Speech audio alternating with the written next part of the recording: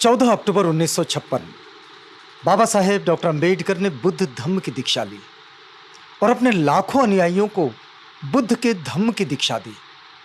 ये जो बाबा साहेब का दीक्षा लेने और अपने अनुयायियों को दीक्षा देने का कार्य है, इसे पूरी दुनिया में धम्म क्रांति के रूप में जाना जाता है।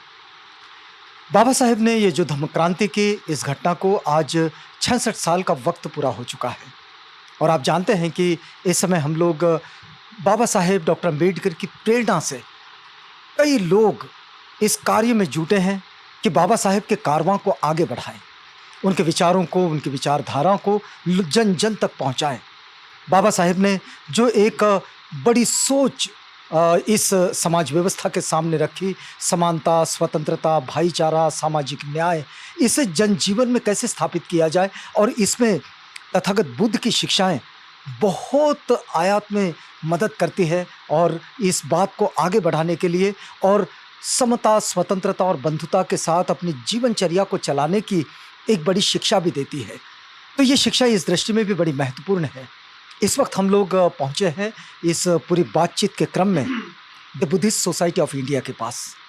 The Buddhist Society of India यानी कि भारतीय बौद्ध महासभा, इसकी स्थापना स्वयं बाबा साहेब डॉक्टर अंबेडकर ने की।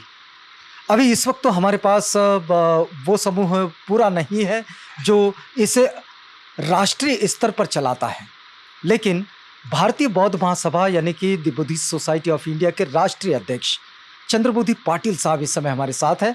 हम चंद्रबोधि जी से इस बातचीत को आगे बढ़ाएंगे और इस वक्त हमें जो कार्यकर्ता भारतीय बौद्ध महासभा के मिले हैं उनसे भी ये बातचीत आप तक पहुंचाने का ये प्रयास करेंगे। 66 सालों का ये एक छोटा सा आंकलन और ये मूल्यांकन आपके पास पहुंचाने का ये प्रयास है। हमारे साथ हैं भारतीय बौद्ध महासभा यानी कि दी बुद्धिस्ट सोसाइटी ऑफ इंडिया के राष्ट्रीय अध्यक्ष चंद्रबोधि पाटिल साहब। सर जय भीम, नमो बुद्धाय। सर बात तो हम यहीं से शुरू करना चाहेंगे कि the Buddhist Society of India, Baba Saheb ने इसकी स्थापना की। हमारे दर्शकों के लिए पहले एक बार तो आप the Buddhist Society of India के उन उद्दिष्टों को बता दीजिए कि बाबा साहेब ने किन उद्दिष्टों से इस संगठन की स्थापना की।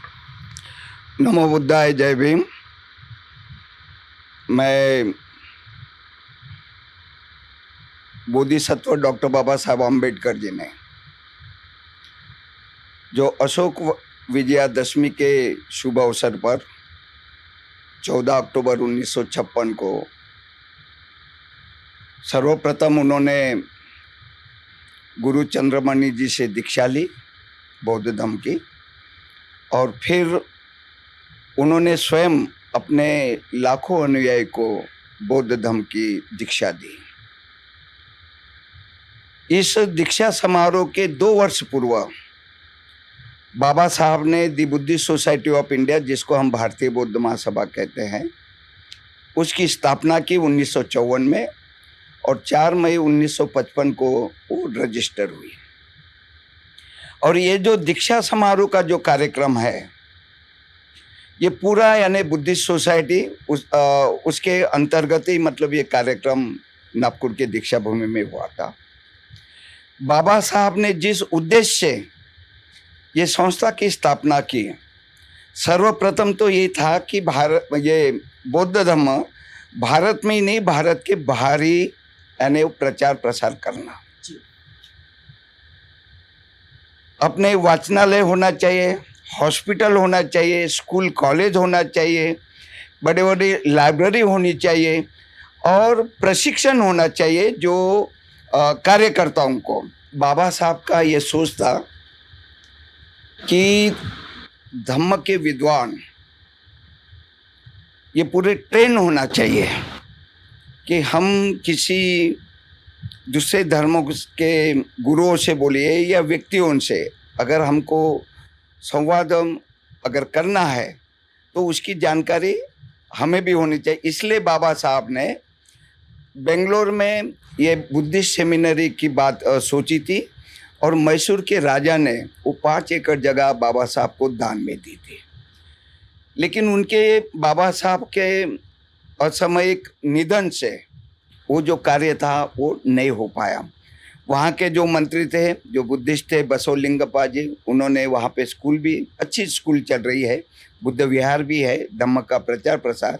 और वो जो स्थान है पीपल्स एजुकेशन सोसाइटी के अंतर्गत है। मतलब अभी वहाँ ट्रेनिंग इंस्टीट्यूट का काम शुरू नहीं हो नहीं पाया। है।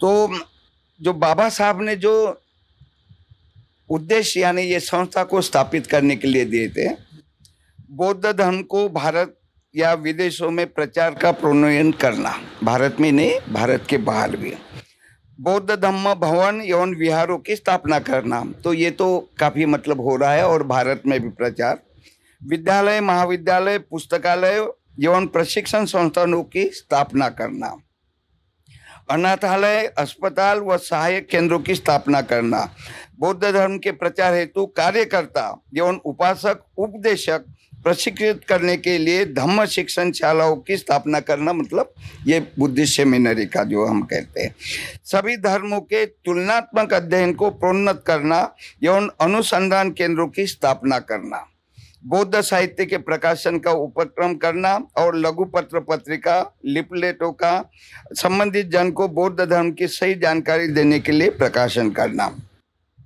यदि आवश्यक हो तो बौद्ध पृष्ठ, जिसको हम प्रचारक कहते हैं, का नवीन संघ स्थापित करना, प्रकाशन कार्य चलाने के लिए मुद्रणालय प्रेस की स्थापना करना, बौद्धों का सामान्य कार्यक्रम एवं भातृत्व की स्थापना, धम्म सभा एवं सम्मेलन का आयोजन करना और बौद्ध तीर्थ स्थलों पर बौद्ध केंद्रों की स्थापना करना। ये बाबा साहब के ये जो अपना संस्था बनाते वक्त ये उनके उद्देश्य। देखिएगा, एक बात तो हम आप भी समझ लीजिए कि जैसे अभी the Buddhist Society of India के राष्ट्रीय अध्यक्ष चंद्रबोधि पाटिल साहब इस बौद्ध महासभा के यानी कि the Buddhist Society of India के ध्येय और उद्दिष्टों को पढ़ रहे थे, तो आप समझिएगा कि बाबा साहेब का कितना बड़ा ऊंचा ध्येय है और ऊंचा उद्देश्य है कि एक बेहतर जीवन की ओर लोगों को लेकर चलें और एक बेहतर समाज का निर्माण करें। शायद बाबा साहेब जब बुद्ध धम्म की बात करते हैं तो वो ये जरूर कहते हैं कि हमें इस समाज की पुनर्रचना करनी होगी, यानी नए लोगों का भी निर्माण करना होगा जो नैतिक जीवन बिताते हैं और नैतिक जीवन की ओर आगे बढ़ते हैं। पाटिल साहब, एक बात तो बताइए कि अभी 66 साल का वक्त बीत चुका है, इन उद्दिष्टों के करीब जाने में क्या दिक्कतें खड़ी होती है? देखिए, अधिकांश जो उद्देश्य है उसके तो पूर्ति हमारे बुद्धिस्ट सोसाइटी ने कर ली है।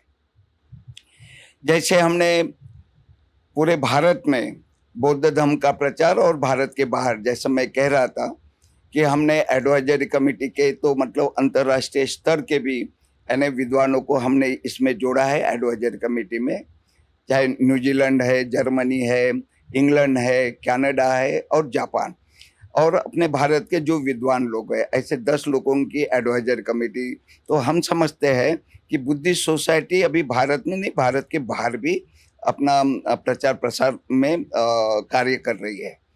अभी हमारे 25 राज्यों में बुद्धिस्ट सोसाइटी की शाखाएं हैं और अच्छी तरह से मतलब धम्म का प्रचार प्रसार जगह जगह अपने दीक्षा समारोह और ये सम्मेलन की बात होती, सम्मेलन होते रहते हैं, पैम्पलेट होते हैं। अभी हमारा पत्रिका निकलती है, अभी 4 तारीख को अशोक विजयदशमी के शुभ अवसर पे हमने मंथली BSI न्यूज करके ये एक प्रतिमाह यानी ये कंटिन्यू चलेगा, Buddhist Society of India news, society of India का मुखपत्र समझ जाइए, ये समझ रहे ना। तो अभी ये और 10,000 कॉपी हम फ्री में बांटने वाले हैं। इसमें बहुत सारे विद्वान लोगों के लेख भी है और संस्था के बारे में जानकारी है।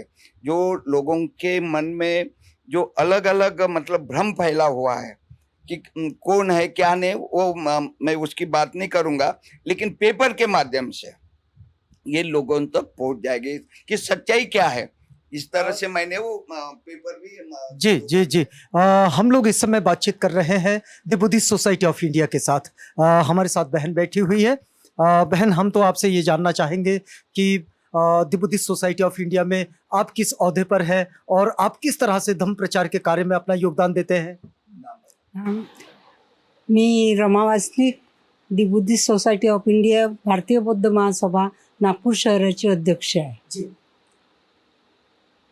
मी ज्या पदावर काम करत आहे मला ते पद मला माझ्या समाजाने आणि बुद्धिस्ट सोसायटीच्या सर्व पदाधिकाऱ्यांनी मला दिलेलं आहे आणि मी ते काम करण्याचा पुरेपूर प्रयत्न करत आहे.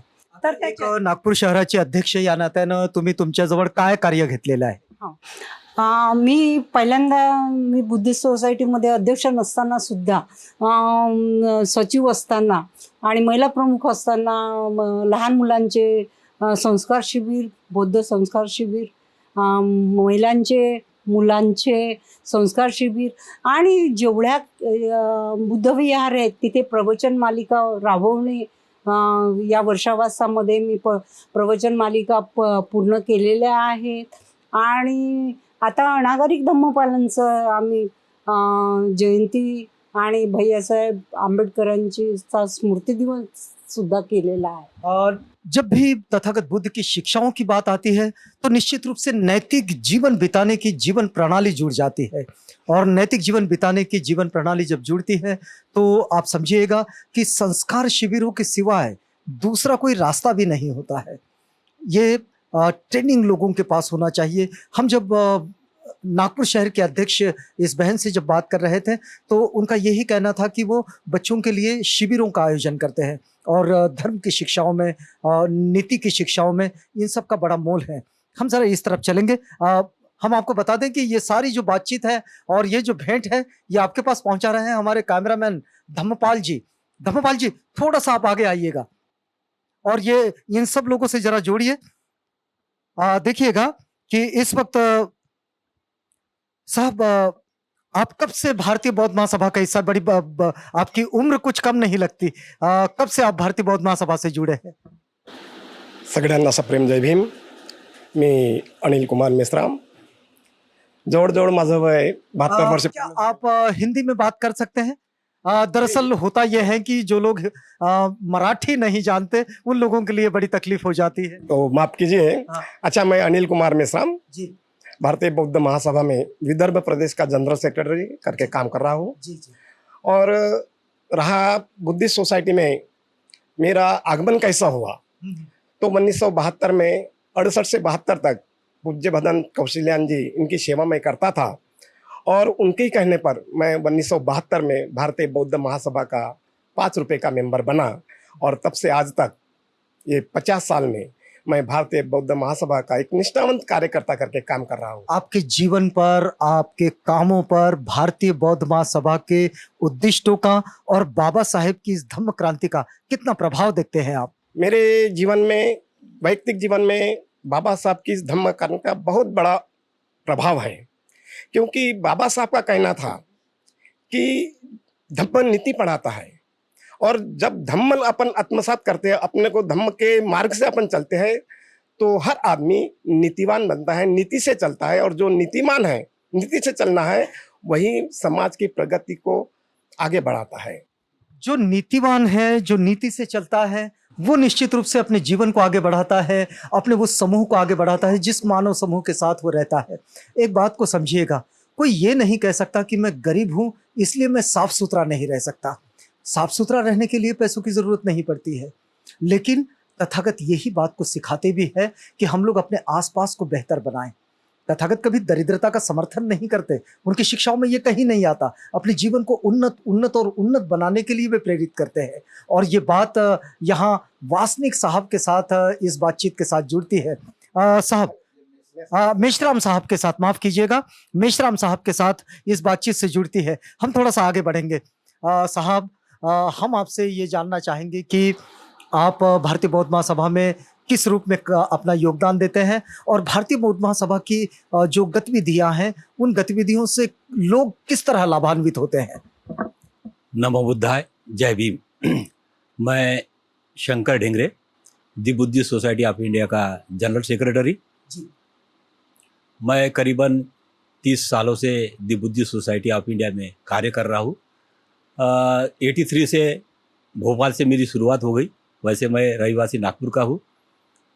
दी बुद्धिस्ट सोसाइटी ऑफ इंडिया जो बाबा साहब ने स्थापन किया है, अभी पिछले साल से मैं जनरल सेक्रेटरी होने के नाते अभी सभी प्रदेश का मैं दौरा कर रहा हूँ और हमारा मकसद है कि संस्कार शिविर के माध्यम से एक आचरणशील समाज होना है, उसके लिए हम प्रयास कर रहे हैं।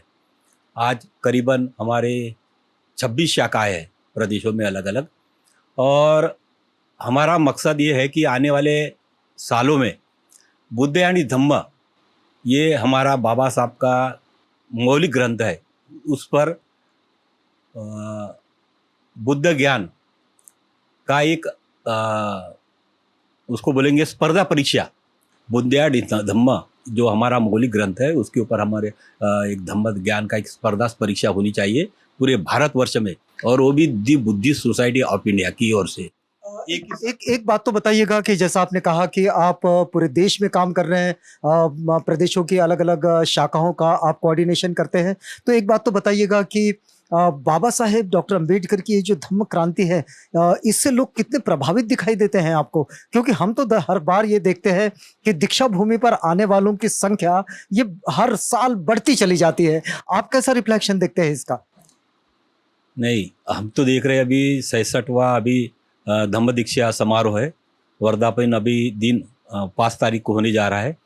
हम देख रहे हैं पूरे ऑल इंडिया के, यानी ऑल इंडिया भारत भर के ही नहीं अपितु विश्व के लोग भी यहाँ पर दीक्षा भूमि पर आते हैं जी। और वहाँ पर हम ये भी देखते हैं कि स्टॉल जो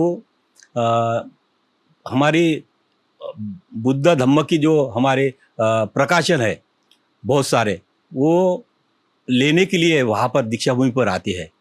यानी पुस्तक के माध्यम से, ग्रंथ के माध्यम से आज देश विदेशों में भी लोग लिखे जा रहे हैं और उसके माध्यम से धम्म का प्रचार प्रसार होने जा रहा है। चलिए हम लोग इस बातचीत को आगे बढ़ाते हैं। हम आपको याद दिला दें कि इस वक्त हम लोग जहां बातचीत कर रहे हैं, ये the Buddhist Society of India का ये वो समूह है जो इस समय राष्ट्रीय बौद्ध भारतीय बौद्ध महासभा के राष्ट्रीय अध्यक्ष चंद्रबोधि पाटिल साहब के साथ मिलकर ये यहाँ एक बैठक में बैठे हुए हैं। और इस बैठक में हम लोग, एक छोटी बैठक है क्योंकि अभी धम्म दीक्षा दिवस का ये कार्यक्रम भी आयोजित होने जा रहा है, तो इसी सिलसिले में ये बातचीत भी चल रही है। साहब, हम आपसे इस बात को समझना चाह रहे हैं कि आपने इतना लंबा वक्त भारतीय बौद्ध महासभा के साथ गुजारा है, आप भारतीय बौद्ध महासभा के काम को किस नज़रिए से देखते हैं? जय भीम, नमोदय। माझा नाम मनोहर दुपारे है। मेरा नाम मनोहर दुपारे है। मैं विदर्भ का वाइस प्रेसिडेंट करके काम कर रहा हूँ। मैं डॉक्टर बाबा साहब अम्बेडकर ने 1956 में 14 अक्टूबर दीक्षा ली। उस वक़्त में मैं 14 साल का था और समता सैनिक दल के नाम से वहाँ से हमारे गांव से 40 लोगों का समता सैनिक दल करके नागपुर में दीक्षा भूमि पे आया था। उस वक़्त से ये भारतीय बौद्ध महासभा का समता सैनिक दल का उस वक़्त में मैं काम करता था। बीच में थोड़ा सा ये हो गया, बाद में जब ये भारतीय बौद्ध महासभा के अनेक कार्यक्रम होते थे तो उसमें मैं जाता था। और पहले तो मैं एक साधा बुद्ध धम्म प्रचार आदर्श कवि मंडल जो है भजन मंडली है, उसमें मैं काम किया, अध्यक्ष रहा, सचिव रहा। और तब से मैं ज़्यादा से ज़्यादा वक़्त धम्म कार्य में देने का प्रयास कर रहा था और आज भी भारतीय बौद्ध महासभा को ज़्यादा से ज़्यादा काम करने का प्रयास कर रहा हूँ। अनेक विहारों में प्रवचन देता हूँ, अनेक प्रदेश में जाके विदर्भ के वहाँ पे भी बात करने का अवसर मिलता है। और जो धम्म प्रचार करने के लिए आदमी को उपासक बनाने के पहले यही बात है कि पहले उपासक बनना चाहिए तो पंचशील का पालन अत्यंत आवश्यक है। और जब पंचशील का पालन करते तो वही सच्चा उपासक आगे में बढ़ जाता है। उसको आगे की जो प्रक्रिया है उससे वो सम्मिलित होके नीतिमत्ता, बौद्ध धम्म की नीतिमत्ता जो है वो उसको अवगत होती है और वो सचमुच में धम्म प्रचार करने में अग्रसर होता है। देखिएगा, मनोहर राव जी दुपारे से ये बातचीत हो रही है और उनका कहना है कि 1956 में 14 अक्टूबर के दिन वे 14 साल के थे और 14 साल का व्यक्ति कुछ तो समझ रखता है। हम दुपारे जी से एक बात ये भी समझना चाहेंगे कि उस वक्त बाबा साहेब ने जो भाषण दिए, उस भाषण को तो आपने सुना होगा। सुना, मैं समता सैनिक दल का वहाँ एक पाइक था ना, नहीं तो लेकिन आपकी ड्यूटी उस जगह पर थी जहां से बाबा साहेब भाषण दे रहे थे। क्या था उस वक्त में जो पिंडाल था उस वक्त में, तो जब हम उधर में खड़े थे तो तब उसमें क्या हो गया कि लोगों का इतना लोग ये नहीं मार नहीं रहते उस चारानी के, उस वक्त में सभा रशीद थी वहाँ पे, तो बाबा साहब ने घोषणा की वहाँ पे कि भाई ये तोड़ डालो। तो लक्ष्मी नगर का जो भाग था जहाँ पे अनेक काटे कुटे जब बंजर पड़ा हाँ, हुआ उस वक्त तो मैदान खुला ही रहा होगा। खुला था, तो उस वक्त में लोग वो कहाँ से कहाँ तक दिख रहे थे, किसके पाँव में कुछ चप्पल नहीं थी, किसके पाँव में कांटे उड़ रहे, लेकिन बाबा साहब का एक दिल से एकाग्र चित्त से बाबा साहब का भाषण सुन रहे थे। उस भाषण की कोई एक बात जो हमारे दर्शकों के लिए बड़ी प्रेरणादायी हो वो बता दीजिएगा। उस वक्त में जब हम ये देख रहे थे लोगों का जो विचारधारा थी कि एक शब्द के ऊपर बाबा साहब ने घोषणा की बौद्ध धर्म लेने के लिए, तो इतना 5 लाख के ऊपर वहां पे जो लोग आए थे, तो वो लोगों के सामने यही नजर आ था कि बस हमारे बाबा साहब अब एक शब्द के ऊपर हमने आवाज दिया था, हम आए और ये पंचशील का पालन हम करेंगे, त्रिशरण लेंगे, और गांव गांव में जाके इधर से जाने के बाद हमने तो ऐसा हो गया कि क्यों हर बस्ती में, हम जब सावनेर तालुका के थे तो हर बस्ती में जाके हमने ये बोला, किसी ने मटन खाना छोड़ दिया, दारू पीना छोड़ दिया, बाकी का जो ये थे देव शुद्ध पानी में ये कर दिए थे। ये जो एक बड़ी क्रांति है, इसीलिए इसे धम्म क्रांति भी कहा जाता है कि लोगों ने अपनी जीवनचर्या को इस तरह से बदलने की कोशिश की कि जहां उनका जो वो पुरातन कार्य था, उस पुरातन कार्य से वे बिल्कुल दूर हट गए और वो उस पुरातन कार्य से दूर हटकर वे अपने जीवन में एक नई स्थिति के साथ आगे बढ़े। हम लोग फिर अब इस बातचीत को पूरा करना चाह रहे हैं। हम चलेंगे जरा the Buddhist Society of India के राष्ट्रीय अध्यक्ष चंद्रबोधि पाटिल जी के पास। पाटिल साहब, अब हम इस बातचीत को पूरा करना चाहते हैं। हम एक बात तो समझेंगे कि हमने भारतीय बौद्ध महासभा के उद्दिष्टों को जाना, समझा, उसकी कार्यप्रणाली को देखा, अब तक किस तरह से काम चल रहा है, उसका कैसा प्रतिबिंब है, उसको हमने समझने की कोशिश की। आपको क्या लगता है एक राष्ट्रीय अध्यक्ष के रूप में कि भारतीय बौद्ध महासभा को और क्या करने की जरूरत है? देखिए, ये बौद्ध धम्म यानी सदाचार का मार्ग बताता है। सबसे बड़ी बात, बाबा साहब ने भी जो उनका संकल्प था या अपनी बातें कहते थे, उन्होंने 3 बातों के ऊपर ज्यादा ये दिया था, फोकस किया है। एक तो शिक्षा, दूसरा शील और तीसरा स्वाभिमान। शिक्षा तो हमने ग्रहण की है, काफी लोग शिक्षित बन रहे हैं, लेकिन शीलवान होना, यानी अगर बुद्धिस्ट है तो उसको शीलवान होना ही चाहिए। तो हमने जैसे अभी ये संस्कार की बात आई, अभी जैसा मैंने कहा पूर्व में भी, ये नासिक में 1000 छोटे बच्चे से लेकर बुजुर्ग तक सामनेर बने हुए हैं। तो ये जो 10 दिन का जो शिविर वो ग्रहण करेंगे, बड़े बड़े भारतीय बौद्ध महासभा आयोजित करती है। भारतीय बौद्ध महासभा का एक आयोजन था वो, और ये यहाँ पर नहीं, जगह जगह, मैं मध्य प्रदेश में देखता हूँ, उत्तर प्रदेश में देखता हूँ, ये सामने शिविर होते हैं। उपासकों के मतलब शिविर होते हैं, महिलाओं के होते हैं, बच्चों के, क्योंकि संस्कार यानी बहुत चीज है। मैं भी देहात से आया हूँ, तो मुझे जो बचपन से, मैं तब यानी 7 साल का होगा, 49 का जन्म, तो 7 साल का बाबा साहब ने। लेकिन जब मैंने देखा, जब गांव के लोग आए, दीक्षा लेकर जब लोग आए, तो जैसे अपने दुपारे साहब ने कहा, हमारे यहाँ के यानी बकरियां तक यानी सब बेच दिए, मुर्गियां नहीं थी, बकरियां यानी सब बेच दिया, क्योंकि अगर ये करेंगे तो उसको काटेंगे करके, यानी हत्या नहीं करना। और जो अच्छा, मतलब बाबा साहेब के कहने का इतना प्रभाव देखा, प्रभाव लेकिन हम इस बातचीत को पूरा करना चाह रहे हैं, तो आप अपनी बात को पूरा करते हुए ये जरूर बताइएगा कि अभी भारतीय बौद्ध महासभा को क्या करने की जरूरत है। देखिए, सबसे बड़ा चीज है प्रशिक्षित होने का। और जैसे बाबा साहब का जो संकल्प था सेमिनरी के माध्यम से अच्छे कार्यकर्ताओं को शिक्षित बनाने का।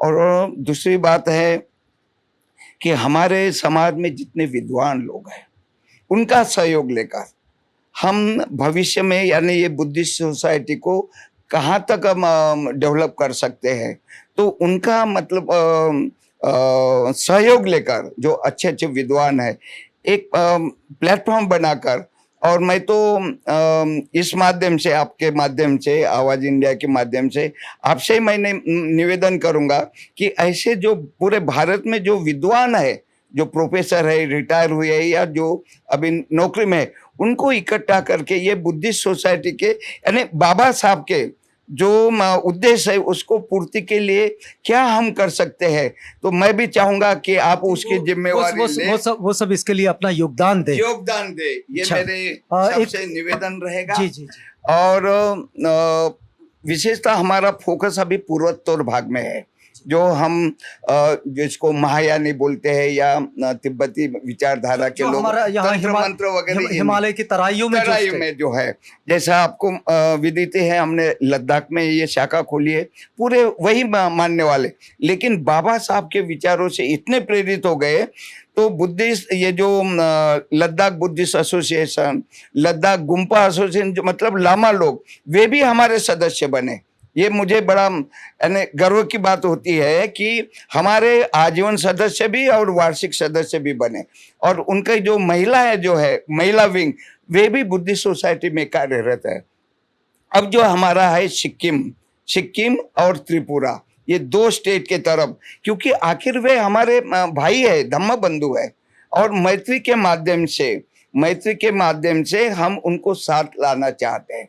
तभी तो पूरा, जैसे बोलते हैं ना कि भाई पूरे देश में, तो अगर ये पूर्वोत्तर भाग जाएगा तो फिर हमारी संस्था क्या होगा। तो हम चाहते हैं कि बाबा साहब के विचार, भगवान बुद्ध के विचार, वो किसी भी इसमें रहे, पंथ में रहे, कौन से भी तंत्र मंत्र के, लेकिन हम चाहते हैं कि बाबा साहब के विचार वहां तक पहुंचे। और मुझे खुशी है कि जगह जगह के लोग जो है इसमें प्रेरित होकर शाखा का गठन करने की बात करते हैं, और संस्कार की बात जो है सबसे प्रामाणिक है, और शीलवान होना बहुत ही आवश्यक है। अच्छा, एक बात है सर की जो दिखाई देती है बहुत सारी जगह में, जहाँ जो दिखाई देने वाले संस्कार होते हैं, एक तो नामकरण जैसे संस्कार है, कुछ विवाह जैसे संस्कार है, जैसे अंत्येष्टि जैसे संस्कार है। भारतीय बौद्ध महासभा के कार्यकर्ता जो है वो इसमें होते ज़रूर है, लेकिन कई बार ऐसे दिखाई देता है कि इनमें एक वाक्यता नहीं होती, ये भिन्न भिन्न दिखाई देते हैं। क्या the Buddhist Society of India इस पर कुछ काम करती है? अभी कर रहे हैं, क्योंकि जो हम अलग अलग हुए थे, अभी हम इकट्ठा आए हैं, और हमारा सोच जो है, अभी सेंट्रल कमेटी की बैठक अभी फरवरी में है, और उसी के ऊपर हमारा ध्यान रहेगा। मतलब इन संस्कारों में एक रूपता होनी चाहिए, संस्कार में कोई अलग अलग नहीं होना चाहिए। और एक तरह जैसे बाबा साहब ने बौद्ध पूजा पाठ का जो उन्होंने एक किताब ये की थी, तो उसके अनुसार ही ये कुछ लोग हैं उसमें बहुत सारा जोड़ रहे हैं, ये कर रहे हैं, तो हम चाहते हैं कि उसका सरलीकरण हो, और पूरे भारत में चाहे उत्तर प्रदेश में जाओ, चाहे हिमाचल प्रदेश में जाओ, तो एक ही जगह, या इधर साउथ में जाओ, एक ही तरह की वंदना से लेकर गाथा की तरफ, और संस्कार जो है एक ही तरह के होने चाहिए। ये हम बुद्धिस्ट सोसाइटी ऑफ इंडिया के प्लेटफॉर्म पे हम प्रयास करेंगे। ये चलिए, चलते चलते आपसे एक बात और जानना चाह रहे हैं, क्योंकि बौद्धों की ये बड़ी पुरातन परंपरा रही है कि जब जब उन्हें ऐसा लगता है कि कुछ चीज़ें ठीक नहीं है, तो वो एक संगायन करते हैं, संगीतियाँ होती है। हमने बौद्ध काल में भी इसे देखा, तथागत के परिनिर्वाण के बाद भी ऐसी संगीतियाँ हुई। महाकाश्यप जी ने इसके लिए पहल की।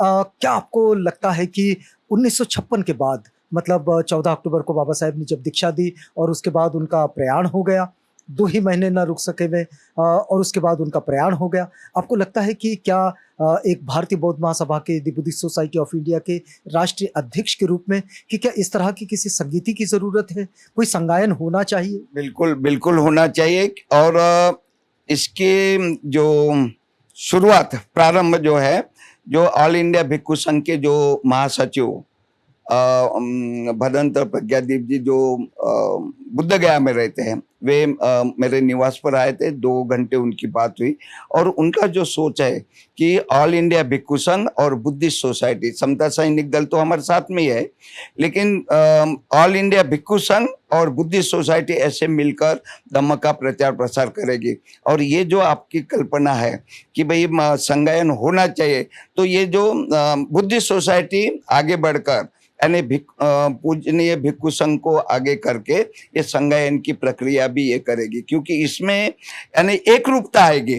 क्योंकि हम देखते हैं कि उपासक उपासिका या भिक्षु भिक्षुनी ये अलग अलग मतलब गुटों में बने हुए हैं। तो हम चाहते हैं वो एक प्लेटफॉर्म पे आए और यथाशीघ्र अगले साल जो है संगायन का कार्यक्रम यानी शुरू होगा। अब मेरे संबंध यानी महाबोधि सोसाइटी से है, श्रीलंका महाबोधि सोसाइटी, वो भी भिक्षु जो बाहर के हैं, जैसे श्रीलंका, थाईलैंड वगैरह जो थेरवादी जो है, उनको भी यानी सम्मिलित करके जो अच्छी चीजें हैं वो भिक्षु संघ के माध्यम से कैसे यानी समाज के हित में हो, उसका हम प्रयास करेंगे। बौद्धों की ये बड़ी पुरातन परंपरा है कि वे अपनी जहाँ जहाँ भी कहीं दुविधा उत्पन्न हो जाती हैं या फिर कोई चीज़ें अगर समझ में नहीं आती है या फिर कुछ चीज़ों में उलझ जाते हैं, तो वो उलझी हुई चीज़ों को सुलझाने के लिए इकट्ठे बैठते हैं और इकट्ठे बैठकर वहाँ से एक रास्ता निकालते हैं। ये रास्ता निकालना यानी कि संगीति है। अब ये तो मैंने बहुत छोटी बात बताई, लेकिन संगायन और संगीति बुद्ध धम्म में एक विशिष्ट और गंभीर महत्व के साथ आगे बढ़ते हैं। पाटिल साहब, हम इस बातचीत को पूरा करना चाह रहे हैं, लेकिन ये भी चाहेंगे कि भारतीय बौद्ध महासभा की ओर से एक राष्ट्रीय अध्यक्ष के रूप में हमारे दर्शकों के लिए आपका क्या संदेश होगा, क्योंकि 66 साल का वक्त बीत चुका है बाबा साहेब ने धम्म क्रांति की। देखिए, मैं आवाज इंडिया के माध्यम से और